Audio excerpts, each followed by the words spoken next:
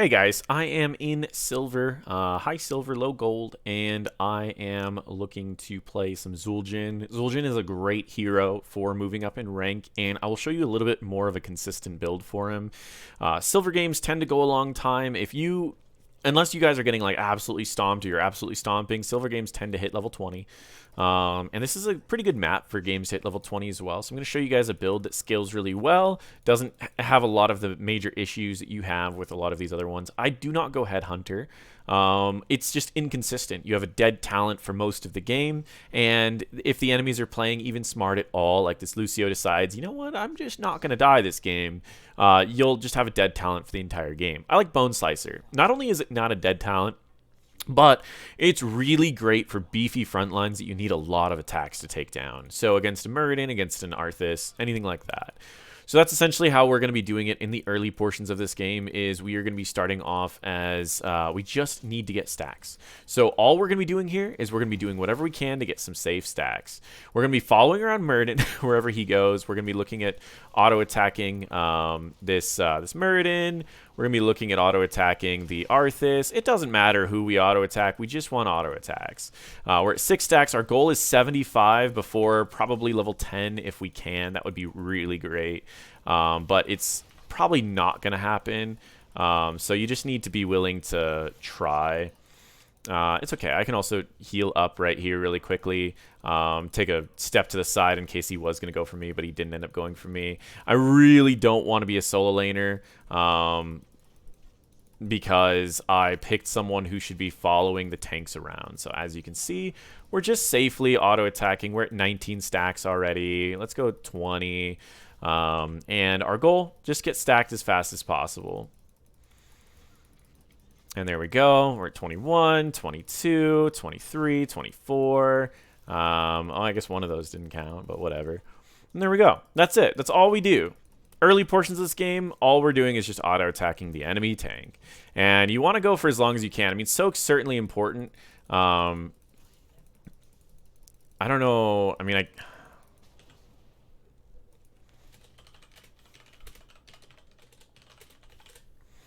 I'm just telling my team that Muradin's easy stacks. Arthas isn't terrible, but if again, you need to adapt. Your team is going to make mistakes. It's in silver, so you need to be willing to adapt around them. I'm actually going to freeze the lane so I can just auto attack. I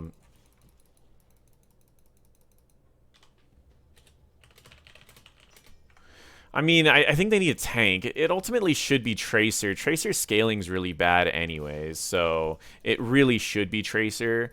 But her solo lane's really bad, so I guess our biggest thing is that we should have tried to, like, roam or something. But in that case, it's whatever. It's fine. So at this level, we're going to be wanting to get rid of roots. So roots and slows, we're going to be able to remove with Voodoo Shuffle. And we're just going to head right in here and start getting some damage off, some free stacks. And we're going to head up and join our team. So we are at 41. We are on pace to have this done by level 10. And once we have that done, we'll be able to safely stack for the rest of this game because we'll have that extra range. You can use your trait if you're ever trying to finish someone off. So I do pop my trait usually when people get low, as your trait increases the damage, but it makes it where you take more damage. So I usually don't do it unless we're getting people low. If we're getting people low, I'll pop it so we can finish something off. But overall, I play Zuljin very safe. My goal is to just take really, really long fights. So again, I'll pop my trait. One auto attack should kill her. Nice. And there we go. I'm going to follow around this Muradin, so we may... If you ever need to wave clear, you wave clear by using your W at an angle until you have your Q done, and then you may use your wave clear differently. So again, I'm not firing it straight out because it won't hit the minions, so I use my W at an angle. And you're going to see that I'm okay with that. I'm not great at it, so when the fights happen fast, I do try to do it really well, but it's not perfect. I am going to head down here. I'm going to use, and again, right there is a great example of what you shouldn't do. So we're just going to clear up these minions really quick. And we also are going to try to get to our team. Right here, Vicious Assault is imperative for the build that I'm using. It increases the damage that you're going to do when you land your Q. So now your Q is... Oh, my goodness. I need to dodge a Q, but it's not going to happen. Where's my Diablo? Where's my team? Yo! I need to dodge a Q, but it's so hard because they only have one target. I don't know what my team was doing. I just wanted to get to the objective. It's not a big deal. You scale really, really well as this Zuljin, so it's not a huge deal. I missed that. We'll just hit him with this. We don't really want to get too close to this Arthas, so you got to be careful about over-chasing, because if you get close to an Arthas, you're never getting away from an Arthas.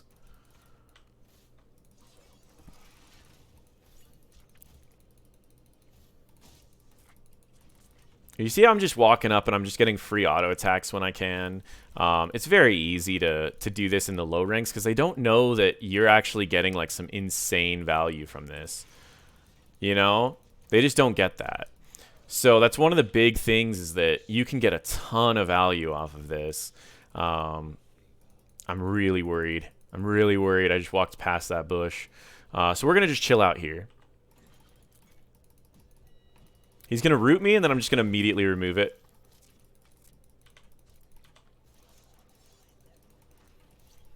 We're going to take steps back in between each couple auto attacks because we don't want to get hit by Li Ming's stuff. We want to fight them in the cluster. We don't want to fight them in an open area where we're in the cluster. We're going to turn on our trait and see if we can't just melt down a couple people. Turn off our trait. And again, I'm going to go straight for this while they're fighting. We got Lucio pretty low. They finished him off, which is really good.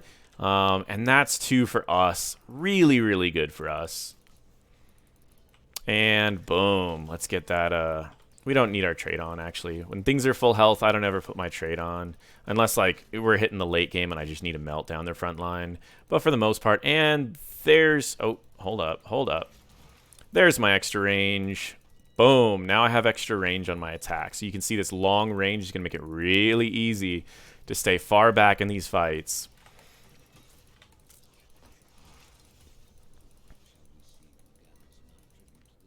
And now we just stack up damage. We want the fights to go really long, and we just want to stack up damage. The longer we can stack up damage, we're going to get to the point where we just pretty much 3-shot their front line. I mean, we'll probably never 3-shot a Muradin, but we're going to be hitting really hard. We always pick up Tazdingo, especially in this build. Because, again, I like to play safe and consistent. I don't want to have to rely on, am I going to land it? Am I not going to land it? There we go. And they've got 2 things to interrupt. So it looks like they got blocked on both of them. And that is a free curse for us. Because that's a curse for us, let's get some damage. So I'm just going to head right behind this Diablo, and we're going to just start chucking away. We can increase the damage we do by using our Q. We can also use our trait a little bit just to increase our attack speed. So, again, just going to increase our attack speed a little bit and just rip through this with my Q on it, with my trait on it. And then once I get to about here, I'm going to turn off my trait. I still get that bonus damage from critting, but I'm not in worry of like just instantly dying. So that's my biggest concern is I don't want to get hit by like one orb that gets dodged by my front line and then just get blown up. So in that case, I'm just going to take a couple steps out. I'm going to use my trait and my Q and just melt this guy down. And then we'll look at the next target as well. Turn off my trait.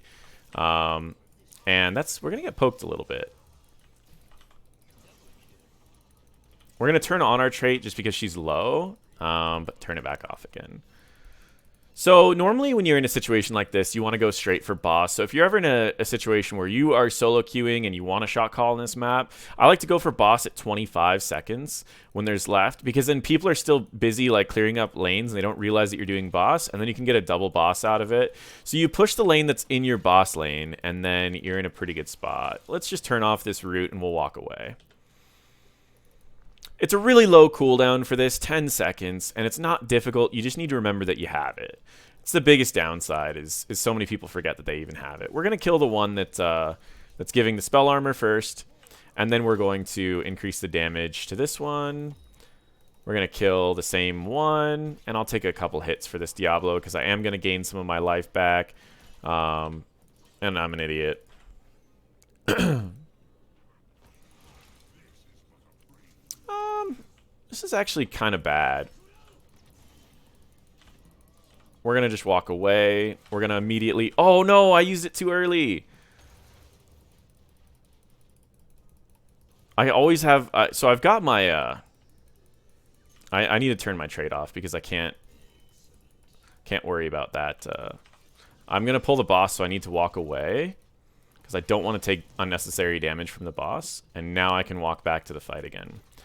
I need to stay away from walls so I don't instantly die to the Hanzo. We're going to slow him. And look at this damage here. I mean, I'm not even with my trade on. I'm not even using my Q. We're just chasing him down. We can do some damage here if we want.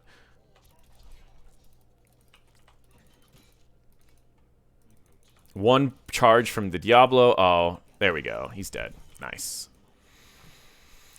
We're going to destroy it by using a Q to increase the damage that we're doing. We're keeping our trait off, though, as you can see. We want to take a step back and then melt this guy down. Pop trait for maybe 1 or 2 auto attacks. I'm not going to use my my removal for that. We want to increase the movement speed when we're attacking things. And we're going to just take out this Arthas. We're going to wait until he channels a little bit. And then we're going to do our trait so we can increase the damage. So trait with Q, we're melting this guy down.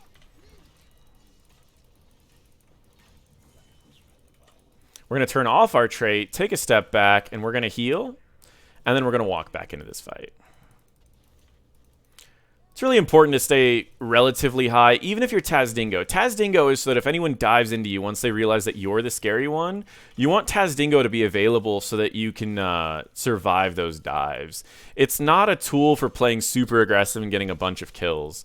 I still play Zuljin as a safe hero, and I only use Taz Dingo to keep me alive. Because then it just makes it where, oh, we've got this high damage dealer that we can't dive on. So we just lose. Ooh, ooh, ooh, ooh, ooh, ooh, ooh. He hasn't jumped, though, so I don't know. I'm getting excited. I try not to use my W too much because I'm not in a build that really buffs it. So I don't want to... okay, he jumped. That's fine. I don't want to, like, waste a lot of mana not doing a lot of damage. Now my W repeats, even though, again, it doesn't do a lot of damage. It's still not terrible. We need to get that tribute, so I'm not going to head over here. I don't know why they're staying. I'm going to get the tribute for free.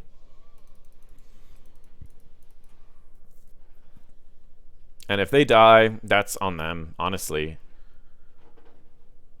I'm going to mount up, grab the globe, and then I'm going to head back to my team. And my team is dying, so it's time to leave, and I shouldn't even join the fight again. If my team wants to ARAM until they die, that's one thing. Let's head over here. I want to get a boss, because they're going to go for a boss, so I want to get a boss. And I don't think they're going to go for our boss, so... and I can rip through a boss really quick. So you can see I keep my trade on all the time when I'm on a boss, and when I can stand still, I stand still. I don't stutter step, and I just keep my Q on them so we can rip this boss very, very quickly. We will also be using my W to reveal the bush next to me, as well as speed up the boss clear. And there we go. Boss is ripped. They were getting their boss, so I knew it was safe. I didn't know it was safe. I was pretty sure they were getting their boss. Now, if they have a lot of armor, you go No Mercy, and if they don't have a lot of armor, then we go Let the Killing Begin. This is going to be a little tricky to know which one we're going to be going here, because Murden, when he jumps in, has a lot of armor, but outside of that, they don't. So I'm going to go Let the Killing Begin. If you get 1 kill, you're in a really good spot. This is a level 16 fight for us as well, so... the problem is we've got Tracer Bot, so we need to take this fight really slow. Really, really slow.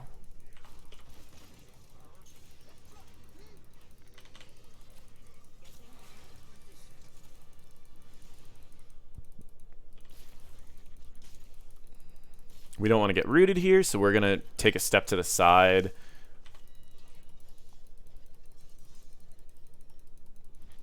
We're going to just move in case she's orb build. Not a big deal. We could give that. We did stabilize first anyways, so...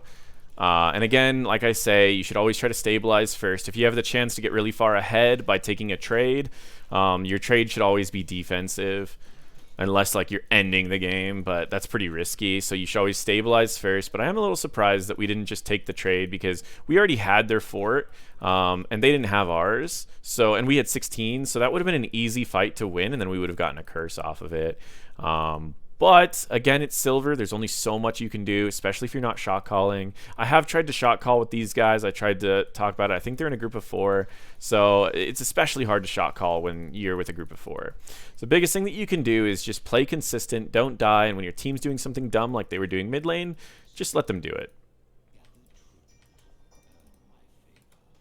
I'm telling my team that I'm going here because this is a curse. And I don't want my team to just, like, give up a curse. Because Arthas has been known to sneak past and try to cap it while we were mid. So I don't want that to happen. We want to win this curse fight, and we should be able to win this curse fight. Normally, if you have one person that can go for the curse, you want it to be a healer or someone with high mobility. So that if they don't, like...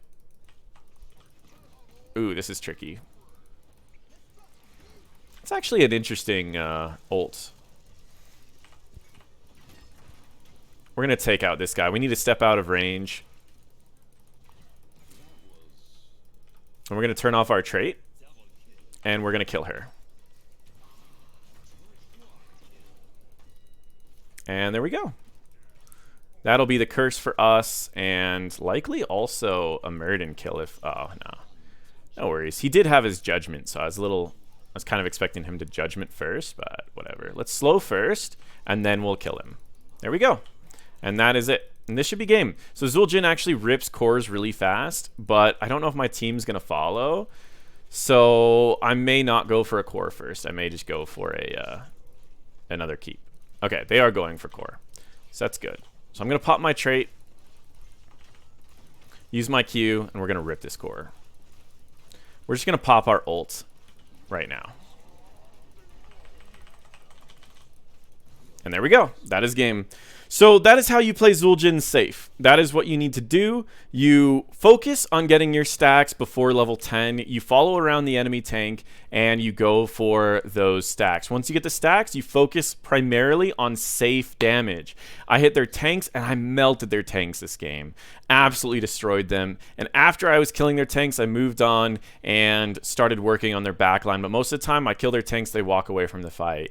I didn't use my ult aggressively. I saved it for if they tried to dive me, and they never tried to dive me. But save that ult, because if they try to dive you, you kill whoever's diving you, you pop your ult, and then you just kill everyone else. So that is how you want to play Zuljin if you're trying to move up in rank. Play him consistently by playing him safe. And that's it, guys. Thank you guys so much for watching, and feel free to check out any of my other videos.